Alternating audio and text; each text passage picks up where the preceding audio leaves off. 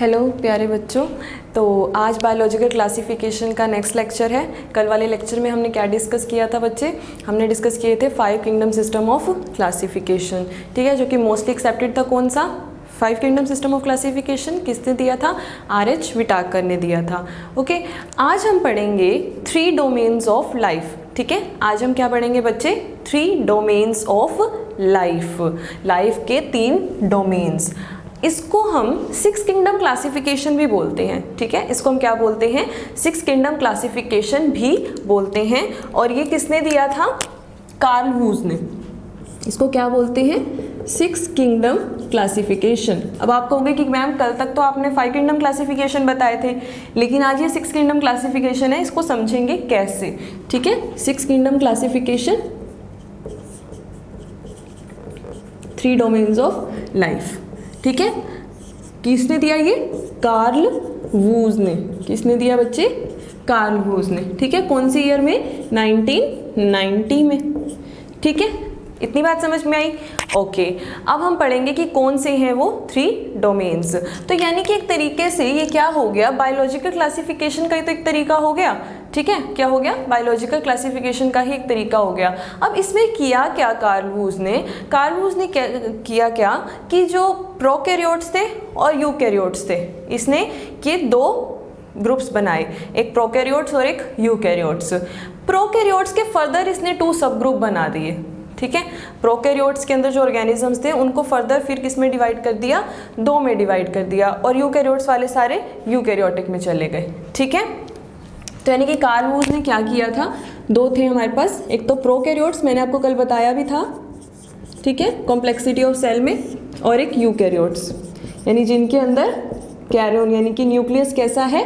Well defined है। वो eukaryotes होते हैं जिसमें वेल डिफाइंड नहीं होता न्यूक्लियस, विदाउट न्यूक्लियर मेम्ब्रेन होता है, वो होते हैं प्रोकैरियोट्स। अब कार्ल वूज ने किया क्या? प्रोकैरियोट को फर्दर 2 सब ग्रुप्स में डिवाइड किया। ठीक है, एक तो किया आर्की में, ठीक है, और एक किया बैक्टीरिया में। ठीक है, और यूकैरियोट्स में कौन आ गए? यूकैरिया। ठीक है, आर्की, बैक्टीरिया और यूकैरिया। तो यही 1, 2 और 3, यही 3 डोमेन्स ऑफ लाइफ थे जो कार्ल वूज ने इंट्रोड्यूस करवाए थे। ठीक है बच्चे, Archie, bacteria and यूकैरिया। And Archie, bacteria both placed under which? Prokaryotes. ठीक है, और इनको अलग अलग इसलिए प्लेस किया क्योंकि कुछ एक इनके डिफरेंसेस के बेसिस पे। ठीक है, अब हम पढ़ेंगे इनको एक एक करके कि ये क्या है, आर्किया क्या है, बैक्टीरिया क्या है और यूकैरिया क्या है। आज की क्लास में हमने यही समझना है। ठीक है बच्चे, तो सबसे पहले हम बात करते हैं किसकी? आर्किया की। सबसे पहले किसकी बात करेंगे हम बेटे? आर्किया की। इतना आपने नोट कर लिया? तो आर्किया डोमेन में क्या होगा बताइए? आर्किया डोमेन में बच्चे जो फर्स्ट आया हमारे पास आर्की डोमेन। ठीक है, आर्की क्या है? डोमेन है। इस डोमेन में एक किंगडम आता है सिर्फ। ठीक है, this domain consist only 1 kingdom, only single kingdom, domain Archie. ठीक है, कौन सा किंगडम आता है इसके अंदर? Archie bacteria. कौन सा आएगा बच्चे? आर्की बैक्टीरिया, ये किंगडम आएगा इसके अंदर। एक चीज और, जो आर्की डोमेन है इसके अंदर क्या थे? प्रिमिटिव टाइप के प्रोकैरियोट्स थे। कैसे प्रोकैरियोट्स थे इसमें? प्रिमिटिव टाइप के प्रोकैरियोट्स थे। ठीक है, ये आपको ध्यान रखना है। कंटेन या consist of, contain of primitive और अर्ली प्रोकैरियोट्स। ठीक है, कौन से? क्योंकि प्रोकैरियोट्स के 2 पार्ट हमने डिवाइड किए थे, कौन कौन से? आर्की और बैक्टीरिया। तो आर्की में कौन आएंगे? अर्ली प्रोकैरियोट्स आएंगे।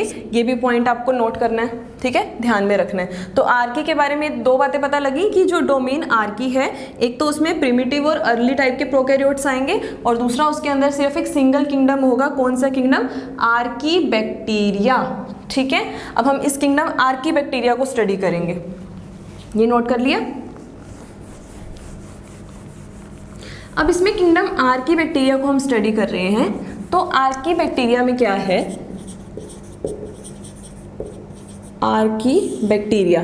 सबसे पहली बात तो आर्कीबैक्टीरिया में वो मेंबर्स आ जाएंगे प्रोकैरियोट्स के जो एक्सट्रीम कंडीशंस में सर्वाइव करते हैं, ठीक है, जो एक्सट्रीम एनवायरनमेंट में सर्वाइव करते हैं वो सभी प्रोकैरियोट्स आ जाएंगे, ठीक है, विच सर्वाइव इन एक्सट्रीम एनवायरनमेंट, ठीक है बच्चे, विच सर्वाइव इन एक्सट्रीम एनवायरनमेंट, किसमें, आर्कीबैक्टीरिया में। अब सेकेंड थिंग आर्कीबैक्टीरिया में और क्या आएगा, आर्कीबैक्टीरिया के आगे फर्दर क्या है, 3 ग्रुप्स हैं, कौन कौन से, ध्यान में रखेंगे इनको।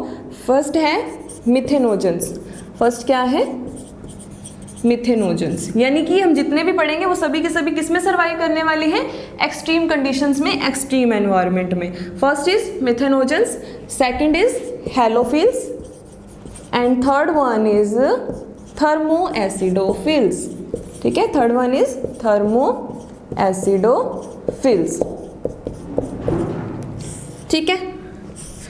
आपको पता है केमिस्ट्री में जो ये टर्म होती है, ठीक है, हाइड्रोफिलिक और हाइड्रोफोबिक, ये 2 टर्म्स होती है ना, तो वो होता है फिलिक का मतलब वहाँ पे क्या होता है, लविंग, और फोबिक का मतलब क्या होता है, फियर, और वैसे भी हमें पता है कि फोबिया क्या होता है, फियर होता है। तो यहाँ पे फिल्स है तो यानी कि ये लविंग है किसी चीज़ के। अब वो किस चीज़ के हैं देखते हैं हम। मिथेनोजेंस, सबसे पहले हम मिथेनोजेंस को स्टडी करेंगे, किसको स्टडी करेंगे, मिथेनोजेंस को, ठीक है, इसको आप नोट कीजिएगा।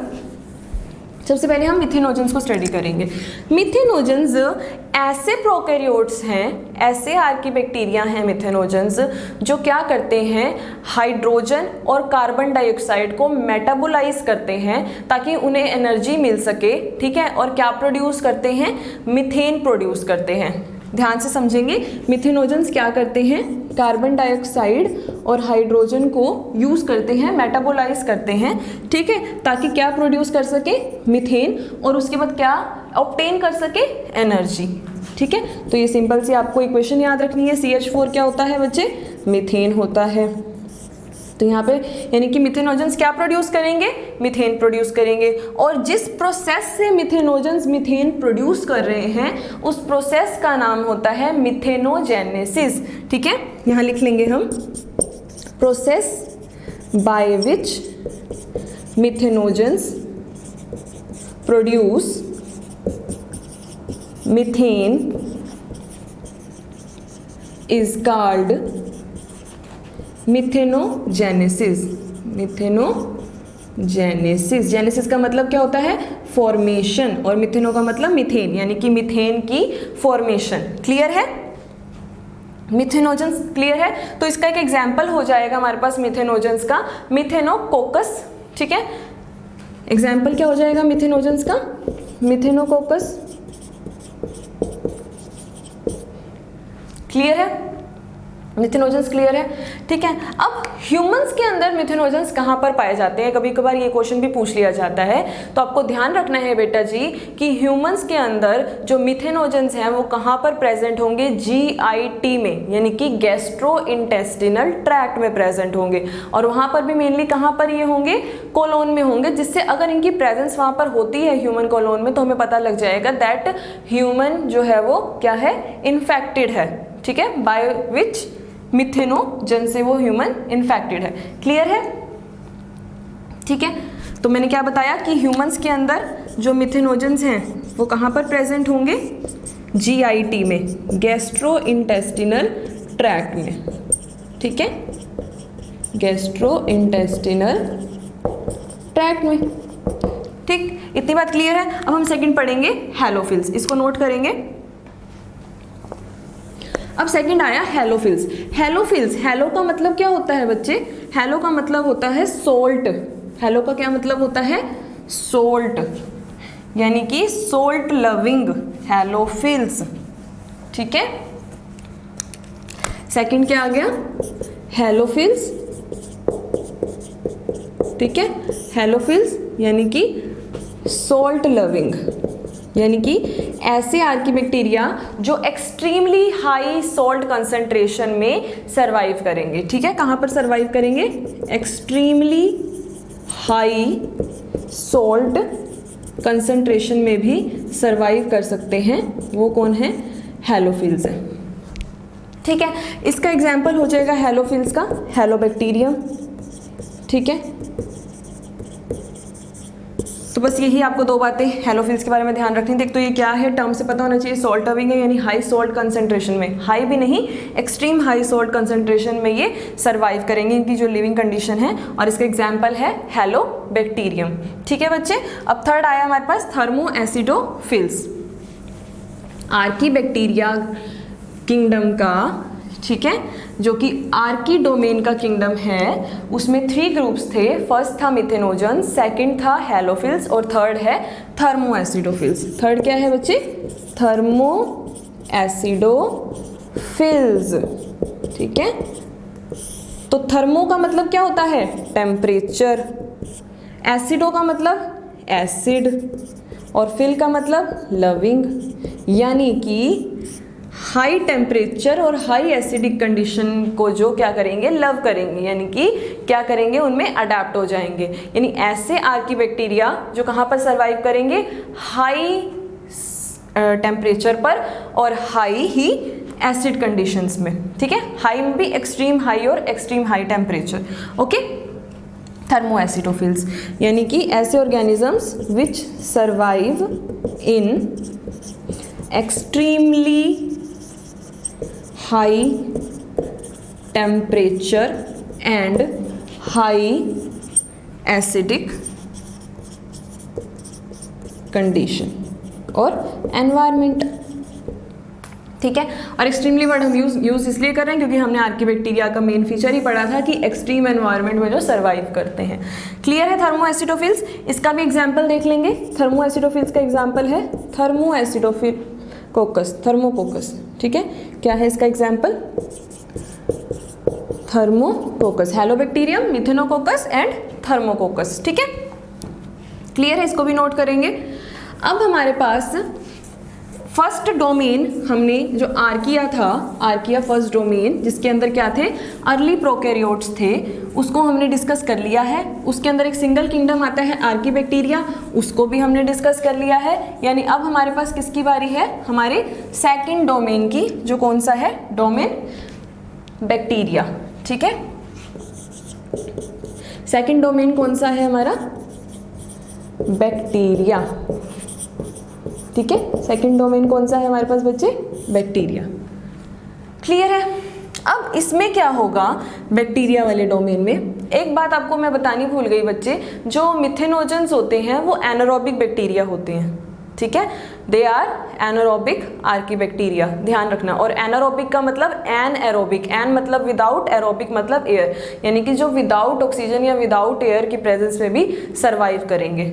ध्यान में रखना, methanogens are anaerobic bacteria. Note कर लेना मिथेनोजेंस, यहाँ पे आपने नोट किया। ठीक है, तो डोमेन बैक्टीरिया में क्या होगा, इसके अंदर ऐसे बैक्टीरियाज आएंगे जिनके अंदर cell membrane covered cell organelles नहीं होंगी। ठीक है, तो ध्यान रखना है, lack of cell membrane covered cell organelles. और सेल ऑर्गेनेलीज आपको पता ही है कौन कौन सी है, सेल की ऑर्गेनेलीज बताइए कौन कौन सी है। माइकोबैक्टीरिया है, क्लोरोप्लास्ट, माइटोकॉन्ड्रिया है, सॉरी माइटोकॉन्ड्रिया है, क्लोरोप्लास्ट है, प्लास्टिड्स हैं, वैक्यूल्स हैं, ये सभी ऑर्गेनेलीज हैं। ठीक है, तो जो भी क्या कौन होंगी, सेल मेम्ब्रेन के बिना होंगी, वो इसमें आ जाएंगे बैक्टीरिया।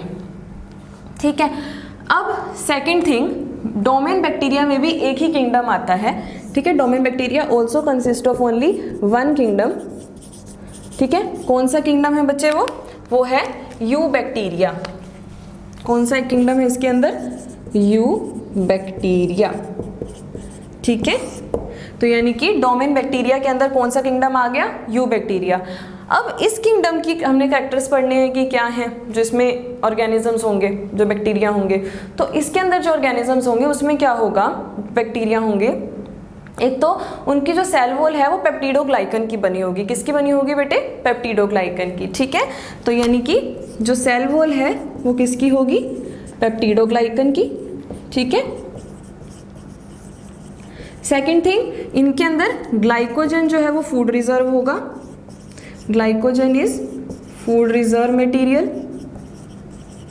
ठीक है। थर्ड थिंग, इनके अंदर जो डीएनए है वो नेक्ड होगा, ठीक है। डीएनए कैसा होगा? नेक्ड होगा।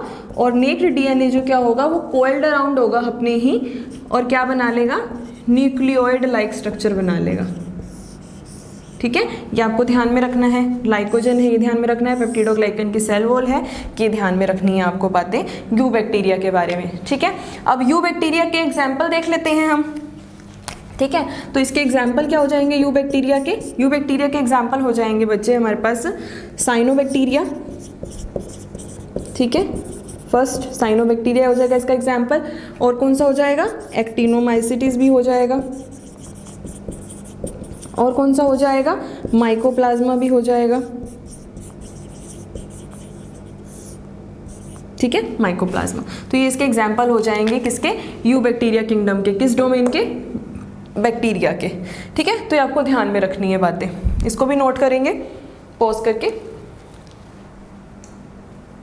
ठीक है बेटा, नोट कर लिया इसको भी। अब हमारे पास हमारा तीसरा डोमेन आएगा। डोमेन कौन सा बचा है? यूकैरिया। एक बात और याद आ गई कि बैक्टीरिया में क्या होगा, इसके अंदर जो डोमेन बैक्टीरिया है इसके अंदर टिपिकल प्रोकैरियोट्स आएंगे, क्योंकि वहां पे हमने आर्की में क्या बात की थी? Early prokaryotes. और यहाँ पर किसकी बात की हमने? टिपिकल प्रोकैरियोट्स की। तो यहाँ पर कौन आएंगे? Typical prokaryotes. क्लियर है बच्चे? ठीक है, ओके, इसको नोट करेंगे। और अब हम हमारे थर्ड डोमेन पे आएंगे, यूकैरिया पे। थर्ड डोमेन हमारा कौन सा है बच्चे? यूकैरिया। तो यूकैरिया को पढ़ेंगे हम अच्छे से। अब यूकैरिया में क्या होगा? यूकैरिया मतलब समझ रहे हो? यू का मतलब ट्रू, कैरियाओं का मतलब न्यूक्लियस। कौन सा डोमेन आ गया? थर्ड, यूकैरिया। यू का मतलब ट्रू और कैरिया का मतलब कल बताया था, कैरियन का मतलब न्यूक्लियस।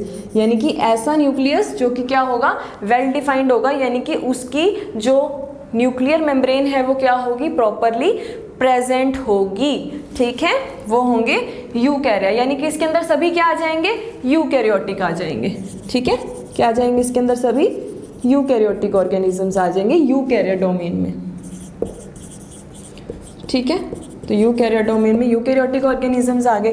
सेकंड थिंग, अब ये यूकैरिया ओरिजिनेट कहाँ से हुए हैं? ये यूकैरिया ओरिजिनेट हुए हैं आर्की बैक्टीरिया और यू बैक्टीरिया, ठीक है। यानी कि डोमेन आर्की का किंगडम आर्की बैक्टीरिया और डोमेन बैक्टीरिया का किंगडम यू बैक्टीरिया।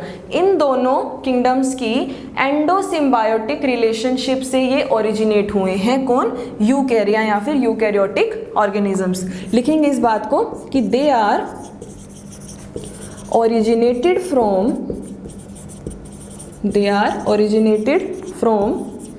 endosymbiotic, ठीक है, एंडोसिम्बायोटिक एसोसिएशन ऑफ, किसकी एसोसिएशन? अभी बताया आपको, बताइए। Archaebacteria and eubacteria, ठीक है बेटा जी। इन दोनों के बीच में क्या हुई? एंडोसिम्बायोटिक एसोसिएशन हुई। एंडो का मतलब क्या होता है? विद इन, और सिम्बायोटिक का मतलब क्या होता है? Mutual beneficial relationship. तो जब इन दोनों ने इस टाइप की रिलेशनशिप शो की तब कौन ओरिजिनेट हुए? यूकैरियोन्स जो है वो ओरिजिनेट हुए। क्लियर है बच्चे? इसके अंदर 4 किंगडम्स आ जाएंगे। कितने किंगडम्स आ जाएंगे यूकैरिया में? 4 किंगडम्स, ठीक है, 4 किंगडम्स आ जाएंगे इसके अंदर। कौन कौन से? फर्स्ट आ जाएगा प्रोटिस्टा, सेकंड आ जाएगा fungi, third plenty and fourth animalia, ठीक है बेटे। तो ये हो गया हमारा डोमेन तीसरा, कौन सा? Third domain यूकैरिया। तो आज हमने 3 डोमेन्स ऑफ लाइफ डिस्कस किए हैं। क्लियर है? फर्स्ट हमने कौन सा डोमेन पढ़ा? डोमेन आर्किया, जिसके अंदर एक किंगडम था आर्की बैक्टीरिया। सेकंड डोमेन हमने डिस्कस कौन सा किया? डोमेन बैक्टीरिया, जिसके अंदर भी एक किंगडम था, कौन सा? You bacteria. थर्ड डोमेन हमने डिस्कस किया यूकैरिया, जिसके अंदर फर्दर 4 किंगडम्स हैं, ठीक है, kingdom protista, kingdom fungi, kingdom Plantae and kingdom animalia. तो बच्चे जी ध्यान आया कुछ? हमने क्या पढ़ा था 3 डोमेन्स ऑफ लाइफ में? 6 किंगडम क्लासिफिकेशन, यानी कि हो गए 6 किंगडम। पता लग गया कौन कौन से? फर्स्ट हो गया कौन सा, archaebacteria, second eubacteria, and 4 kingdoms are protista, fungi, plantae and animalia. ठीक है बेटा, तो ये थी हमारी 6 kingdom system of classification given by Carl Woese in the year 1990, also known as 3 domains of life. Domain 1 archaea, domain 2 bacteria and domain 3 यूकैरिया। इसको भी note करेंगे। ठीक है, आपको मेरी क्लास में ही पढ़ते पढ़ते ही सब कुछ लर्न हो जाना चाहिए। ठीक है, क्योंकि मैं रिपीटिव फॉर्म में एक ही लाइन को बार बार रिपीट कर देती हूँ, तो आपको साथ साथ अच्छे से बिल्कुल अलर्ट लेके सुनना है, ताकि आपको सब यहीं की ही याद हो जाए। ठीक है ना, कि आपने यहाँ पर रह के समझा, आपको ध्यान हो गई चीजें, आपने नोटबुक में नोट कर ली, दैट्स इनफ। ठीक है, ऐसा नहीं है कि आप सिर्फ नोट करने पे ध्यान दें, सुने भी, अच्छे से समझें भी, और मेरे साथ साथ जब मैं रिकॉल करती हूँ तब रिकॉल भी करते रहिए। ओके, तो 6 किंगडम कौन से हो गए बताइए? अभी पढ़ लिए हमने, 6 के 6 यहाँ पर लिख देती हूँ। फर्स्ट कौन सा था? Archaebacteria, second eubacteria, third protista, then fungi, then plantae and then animalia. आपको कुछ दिख रहा है बेटा? मुझे तो दिख रहा है। मैंने आपको 5 किंगडम जब कल पढ़ाया था तब उसमें मैंने ये चारों बताए थे आपको, प्रोटिस्टा, फंजाई, प्लेंटी, एनिमेलिया। इसके साथ मैंने एक और बताया था, कौन सा? जो कोपलैंड ने इंट्रोड्यूस करवाया था, किंगडम मोनेरा। वो नहीं है यहाँ पे। यानी कि इसका मतलब क्या हुआ कि किंगडम मोनेरा को ही तो आगे 2 किंगडम्स में डिवाइड किया है, सब किंगडम्स में। कौन कौन से? आर्कीबैक्टीरिया और यूबैक्टीरिया। यानी कि ये मोनेरा के ही क्या हैं? आगे सब किंगडम्स हैं। ध्यान में रखेंगे, तो ये 5 किंगडम्स ही थे, लेकिन यहाँ पर मोनेरा को हमने किस में कर दिया?